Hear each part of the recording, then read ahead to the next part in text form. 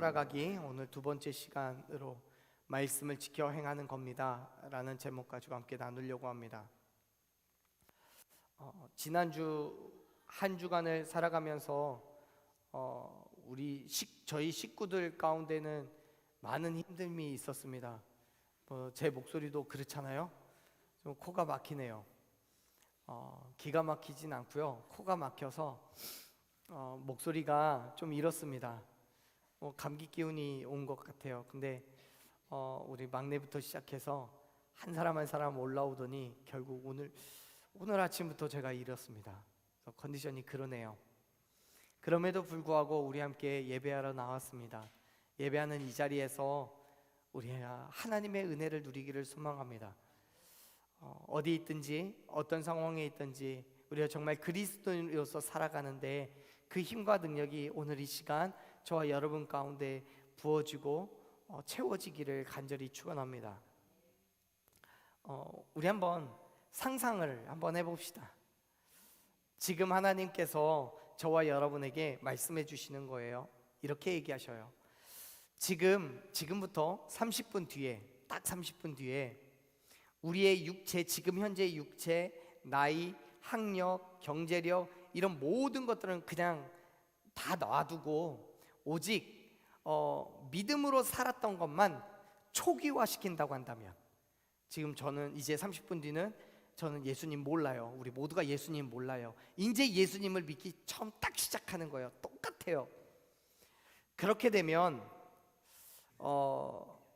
우리의 성경적 지식도 교회에서 봉사한 것도 다 초기화됐어요. 그래요. 100번 양보해서 우리 나이도 처음부터 다 시작하죠.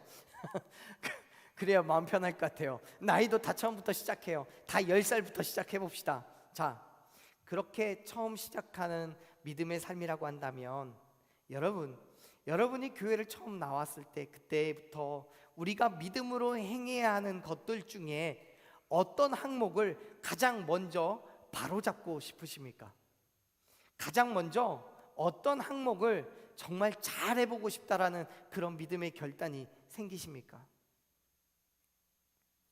쉽게 얘기하자면 지금 여러분이 행하는 믿음의 행함 중에 어떤 것이 가장 점수 낮냐는 거예요. 우리가 각자의 상황에 따라서 여러 항목들이 머릿속에서 생각이 나겠죠. 기도하기, 찬송하기, 말씀 보기, 예배하기, 여러 가지 것들이 각자가 부족하다고 생각되는 그 항목들이 있을 겁니다.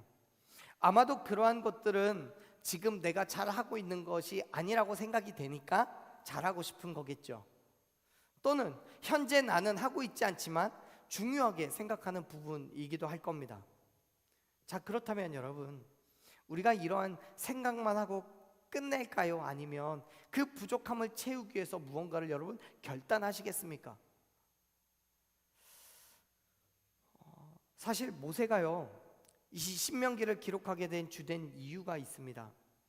우리가 지난주에도 신명기를 봤고요, 이번 주에 오늘 또 신명기를 보고 있는데, 지난주에 제가 말씀드렸던 것처럼 가나안 땅에 들어가서 하나님의 백성으로 살아가야 할 그 출애굽 2세대 3세대들에게, 또 그 이후의 세대들에게 하나님의 백성의 삶이 무엇인지, 하나님이 무엇을 요구하고 계시는지 그러한 것들을 가르치겠다라는 그런 목적을 가지고 모세는 세 편의 설교를 하게 됩니다. 그리고 그 세 편의 설교가 신명기에 기록이 되어 있는 거예요. 그리고 그렇게 이스라엘 백성들을 가르치겠다라는 그 이유로 기본적인 배경을 신명기 1장에서부터 시작을 했다면, 이제 4장 44절에서부터는 가나안 땅에 들어갈 이스라엘 백성들의 실제적인 내용, 정말 그들에게 필요한 것들을 이야기하기 시작해요. 그래서 모세의 두 번째 설교가 바로 4장 44절에서부터 시작되는데요, 44절과 45절에서 이 설교의 방향성이 제시돼요. 한번 말씀을 볼까요? 우리가 같이 읽었던 말씀은 아니지만 4장 44절과 45절 말씀을 우리 같이 읽어보겠습니다. 읽습니다. 모세가 이스라엘 자손에게 선포한 율법은 이러하니라. 이스라엘 자손이 애굽에서 나온 후에 모세가 증언과 규례와 법도를 선포하였으니, 아멘. 지금 모세는 자기의 설교에서 뭘 한다라고 얘기를 해요? 이스라엘 자손들에게 율법을 선포한다고 얘기해요. 그리고 45절에서는 이스라엘 자손들이 애굽에서 나온 후에 그들에게 선포한 규례와 법도가 있다라고 말하죠. 이제부터 시작되는 설교의 내용은 하나님께로부터 받은 그 율법에 관한 거라는 것을 이야기하고 있는 거예요. 그렇습니다. 모세는 이스라엘 백성들이 광야에서 40년을 떠돌게 되었던 그 이유에 대해서 설명한 첫 번째 설교 이후에 가나안 땅에 들어가서 하나님의 백성으로 어떻게 살 수 있는지에 대해서 가장 먼저 하고 싶었던 말이 있었어요. 그게 뭐예요? 율법이라는 거예요. 율법. 그렇기 때문에 5장에서부터 기록된 모세의 두 번째 설교는 율법이 뭔지, 어떻게 해야 되는지를 설명을 하면서 시작이 되는 거예요. 왜냐하면 여러분, 근데 그 율법이 뭐겠습니까? 하나님께서 이스라엘 백성들에게 지켜 행하라고 명령하신 거예요. 그렇죠? 근데 왜 율법을 지켜 행하라고 말씀하셨을까요? 그 율법이 준수하느냐 그렇지 않느냐가 하나님의 백성됨을 구별하느냐 그렇지 않느냐를 구별하는 조건이 되기 때문에 그래요. 그렇기 때문에 흔히 십계명으로 대표되는 이 율법은 구약 시대에는 이스라엘 백성들에게 있어서 반드시 지켜야 되는 목숨과도 같은 거였어요.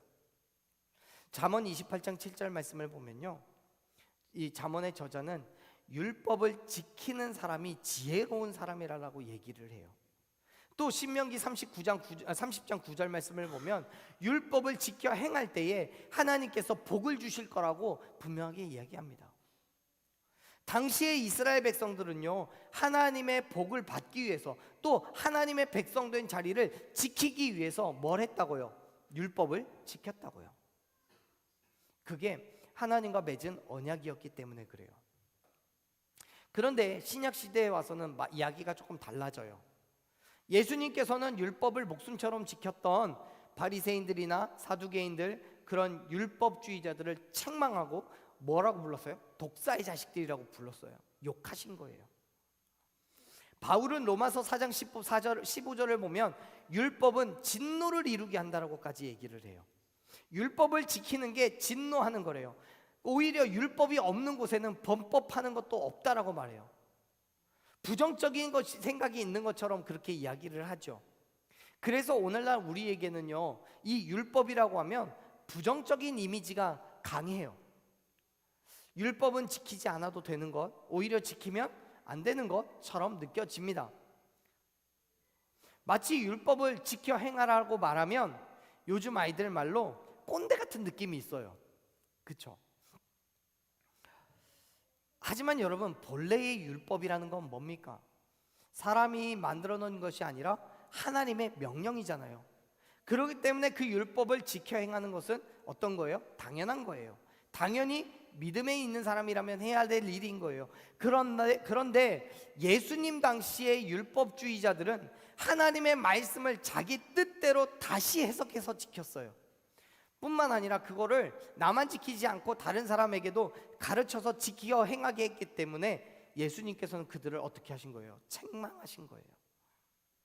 하나님의 율법을 제대로 지켜 행하고 있지 않기 때문에 인간의 생각과 그 방법대로 바꿔버렸기 때문에요.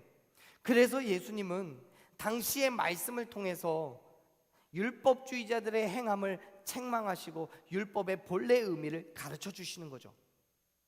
사랑하는 여러분, 율법이라는 건 우리가 지켜 행하는 하나님의 법임을 믿으시길 바랍니다. 그런데 정말 율법주의자들이 말하는 것처럼 율법에 얽매여 있는 게 아니라 예수 그리스도로 인하여서 그 율법에서 자유를 얻으시기를 간절히 축원합니다.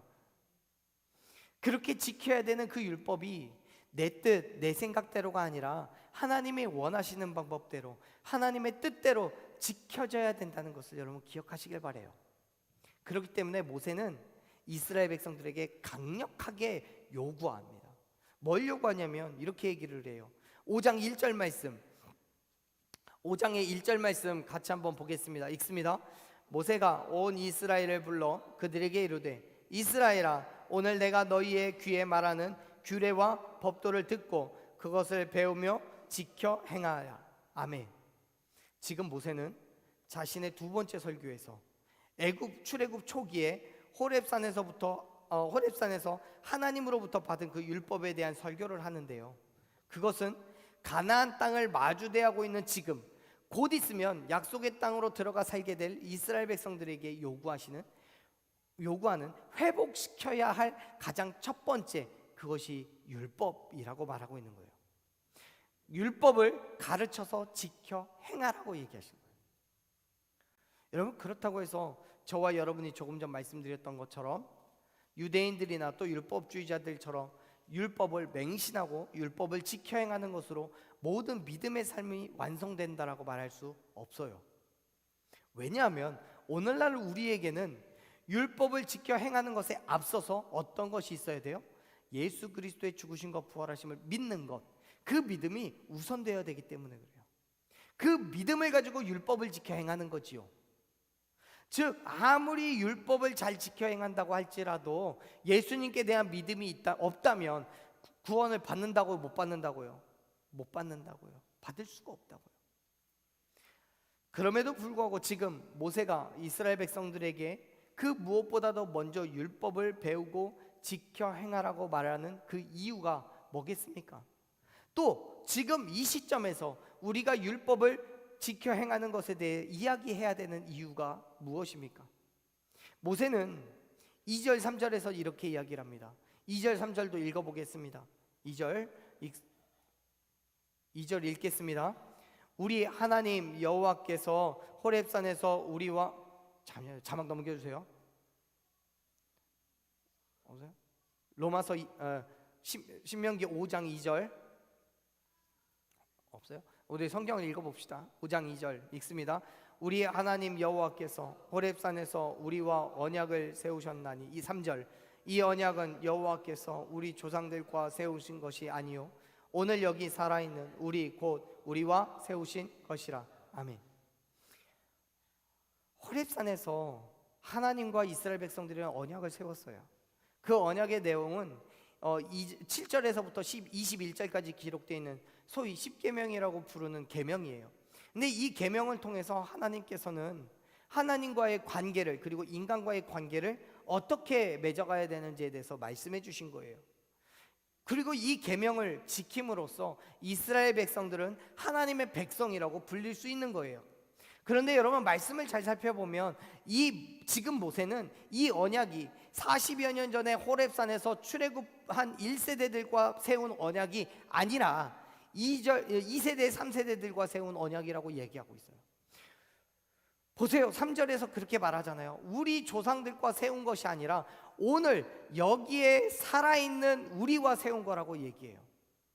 모세는 지금부터 설교할 이 율법이 출애굽 1세대들에게만 주어진 것이 아니라, 그래서 그들만 지켜 행하면 되는 것이 아니라 가나안 땅에 실제로 들어가 살게 될 출애굽 2세대 3세대, 그리고 그 이후에 이 말씀을 대하는, 율법을 대하는 모든 세대들과 세운 언약이라는 사실을 분명하게 가르쳐주고 있는 거예요.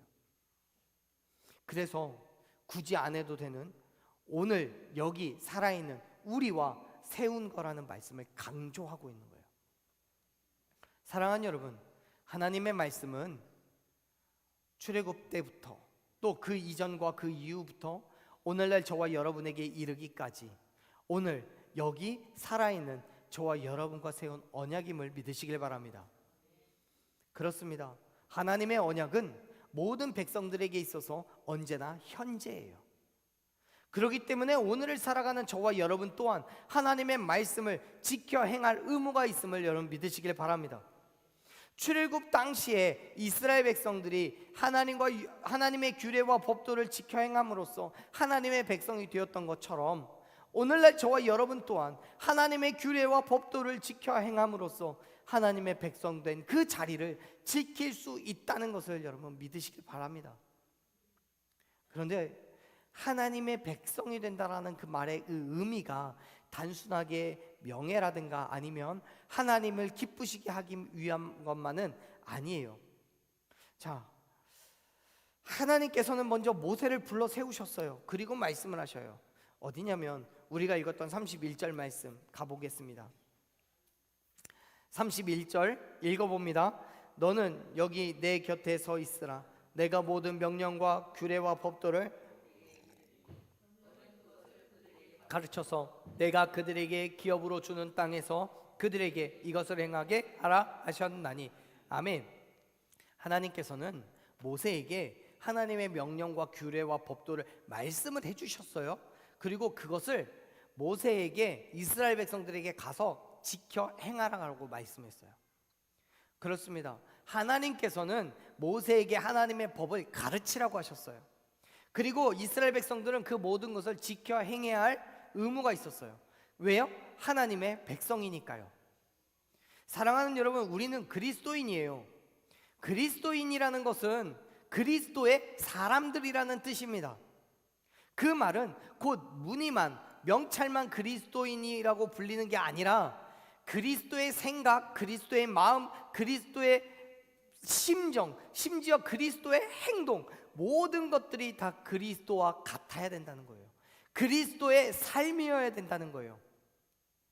예컨대 우리가 중국의 시민권이 있고 중국의 여권을 가지고 있으면 한국 사람이 아니지요. 중국 사람이라고 말을 합니다. 외모가 비슷하다고 해서 그들도 동양인이고 머리가 까맣고 검은 눈동자를 가지고 뭐 생긴 것도 비슷비슷하게 생겨서 그들도 한국 사람 혹은 중국 사람이라, 우리가 중국 사람처럼 보일 수는 있겠지만 같은 나라라고 이야기하지 않아요. 한국 사람의 정체성을 가지고 한국 사람과 같은 대우를 받기 위해서는 한국의 여권, 한국의 시민권이 있어야 돼요. 맞죠?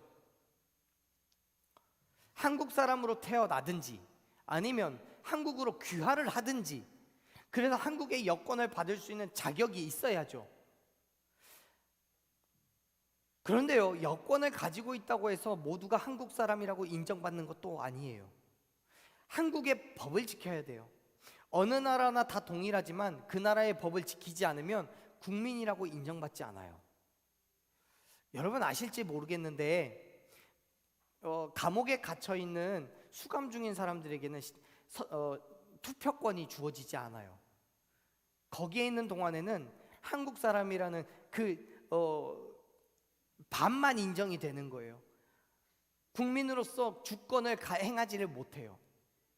여러분, 하나님의 법도 동일해요. 하나님께서 이스라엘 백성들에게 말씀하신 그 명령과 규례와 법도를 잘 지키고 가르쳐서 행하게 하신 그 이유는 하나님의 백성이 되게 하신 것임을 믿으시길 바랍니다. 물론 그러한 우리를 향해서 세상은 끊임없이 유혹하고 시험해요. 하나님의 법이 아니라 세상의 법을 따르라고 하고요, 그것이 맞다고 말하고요, 그래서 이 땅에서 살아갈 수 있다라고 말해요. 그리고 실제로 그렇게 세상의 법을 따를 때 이 땅에서 우리는 풍족함과 쾌락을 경험할 수 있어요. 하지만 사랑하는 여러분, 성경은요 로마서 12장 2절에서 우리에게 뭘 얘기해요? 이 세대를 본받지 말라고 얘기를 해요. 마음을 새롭게 변화를 받아서 하나님의 선하시고 기뻐하신 뜻이 무엇인지를 분별하라고 권면해요. 왜요? 우리가 뭐기 때문에요? 하나님의 백성이기 때문에요. 그렇기 때문에 우리는 하나님의 말씀을 잘 지켜서 행해야 될 뭐가 있다고요? 의무가 있다고요. 믿으십니까? 그렇다면 여러분, 우리가 하나님의 백성이기 때문에 세상의 모든 것을 본받지 않는다고 한다면 이 땅의 삶은 여러분 어떻게 되는 거겠습니까? 하나님께서는 우리가 하나님의 백성으로서 살아갈 때 그들에게 세상에서는 감당할 수 없는 놀라운 축복이 있다는 것을 분명하게 가르쳐 주셨어요. 가르쳐 주셨어요. 알고 계세요? 모르세요? 이렇게 얘기하시거든요. 32절 말씀, 우리가 같이 읽었던 신명기 5장 32절 말씀 같이 읽어보겠습니다. 읽습니다. 그런즉 너희 하나님 여호와께서 너희에게 명령하신 대로 너희는 삼가 행하여 좌로나 우로나 치우치지 말고 33절 너희 하나님 여호와께서 너희에게 명령하신 모든 도를 행하라. 그리하면 너희가 살 것이요 복이 너희에게 있을 것이며 너희가 차지한 땅에서 너희의 날이 길리라. 아멘. 지금 하나님께서 이렇게 말씀하시는 거예요. 내 백성이 되라. 내 백성이 되면 너희가 어떻게 한다고요? 살 거다. 내 백성이 되면 복이 있을 건데 너희가 차지하고 살아가고 있는 그곳에서 오랫동안 살 거야. 그런데 내 백성이 되는 그 방법이 뭐겠니? 내 계명을 지키는 것, 좌로나 우로나 치우치지 않고 계명을 지켜 행하는 거야. 사랑하는 여러분, 하나님께서는 분명하게 말씀하셨습니다. 좌로나 우로나 치우치지 말고 오직 하나님의 말씀으로만 살아가라고요. 믿으시길 바랍니다. 그러면 어떻게 하겠다고요? 하나님께서 허락하신 그 땅에서 우리가 복을 받게 될 거라고 약속하셨어요. 할렐루야. 우리 성경에서 복이 있다라고 번역되어 있는 그 히브리어 단어가요, 무엇무엇에게 일이 잘 되어가다라는 의미를 가지고 있어요. 그런데 여기서 일이 잘 되어간다라는 말의 의미가 우리 표현으로 말하자면, 잘하는 표현을 하자면 일이 잘 풀린다는 거예요. 계획된 대로 진행되고 나아가선 그 길에 막힘이 없다는 거예요. 결국 너희가 살고 또 일이 잘 될 거다라고 말하는 건 하나님께서 명령하신 것을 잘 지켜 행했을 때 우리가 영원한 생명을 얻고 이 땅에서 평안과 만족을 얻게 될 거라는 약속인 거예요. 나는 그저 하나님의 명령을 지켰을 뿐인데 하나님께서는 저와 여러분의 모든 영과 육의 모든 것을 책임져 주시겠다고 약속하셨습니다. 믿으시길 바랍니다. 그리고 그것은요, 일회성으로 끝나는 게 아니에요. 33절의 마지막에서 그렇게 얘기하잖아요. 너희가 차지한 땅에서 너희의 날이 길 거라고요. 너희가 차지한 땅이 어딥니까? 지금 이 사람들에게 이 말씀 속에서는 가나안 땅이에요. 하나님의 약속의 땅, 젖과 꿀이 흐르는 최고의 안식처예요.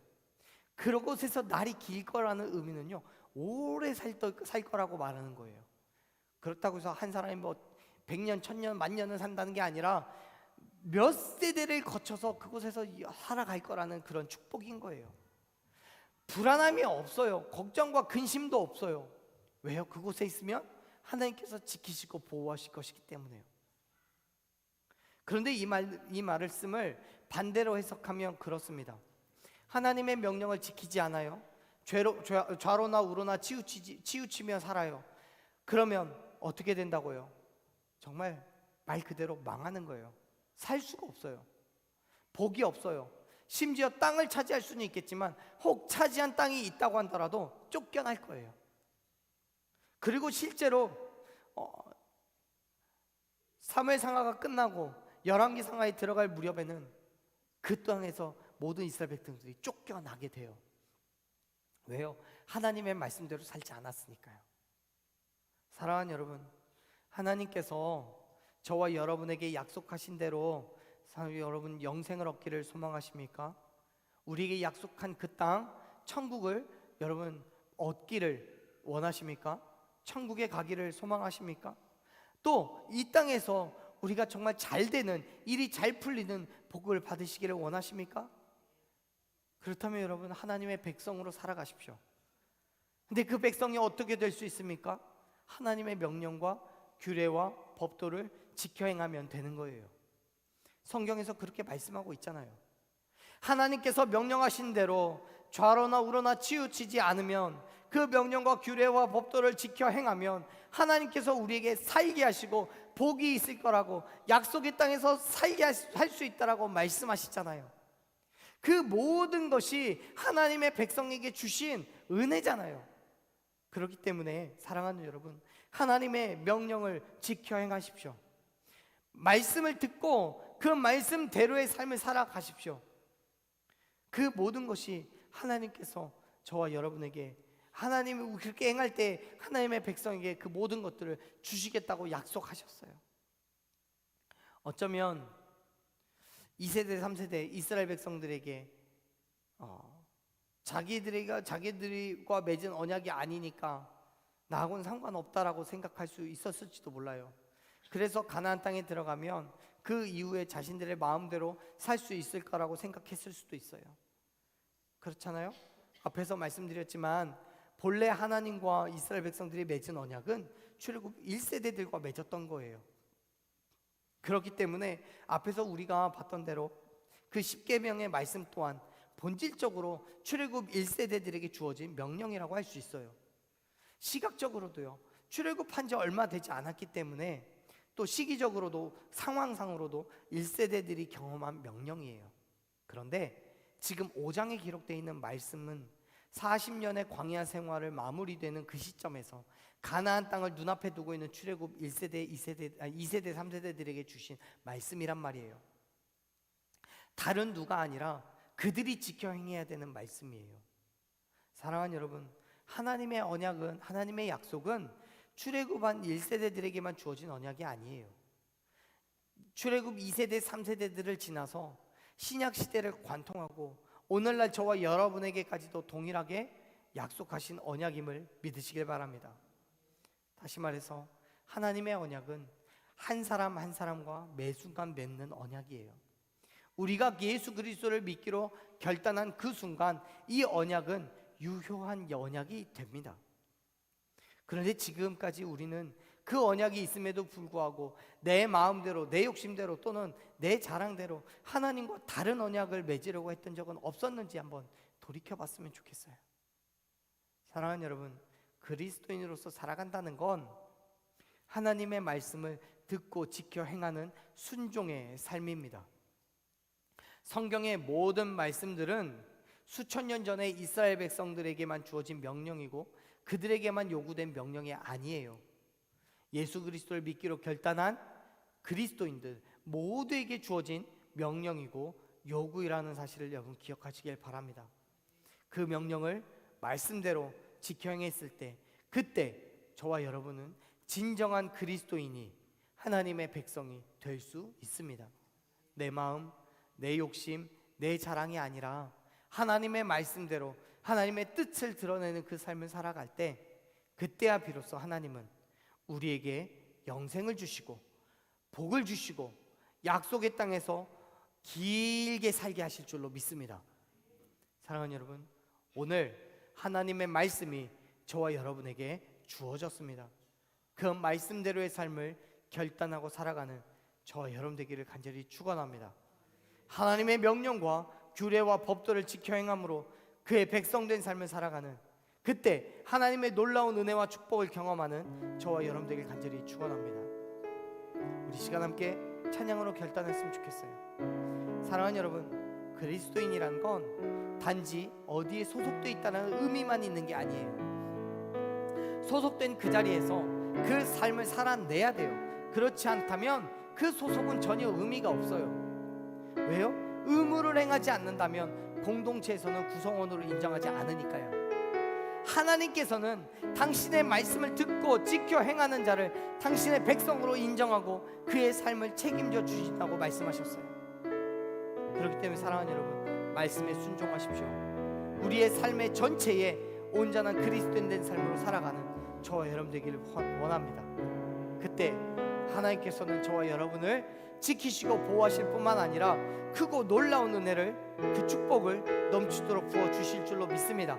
우리의 건강, 물질, 환경, 우리에게 필요한 모든 것들 뿐만 아니라 우리의 삶을 천국에 두게 하실 줄로 믿습니다.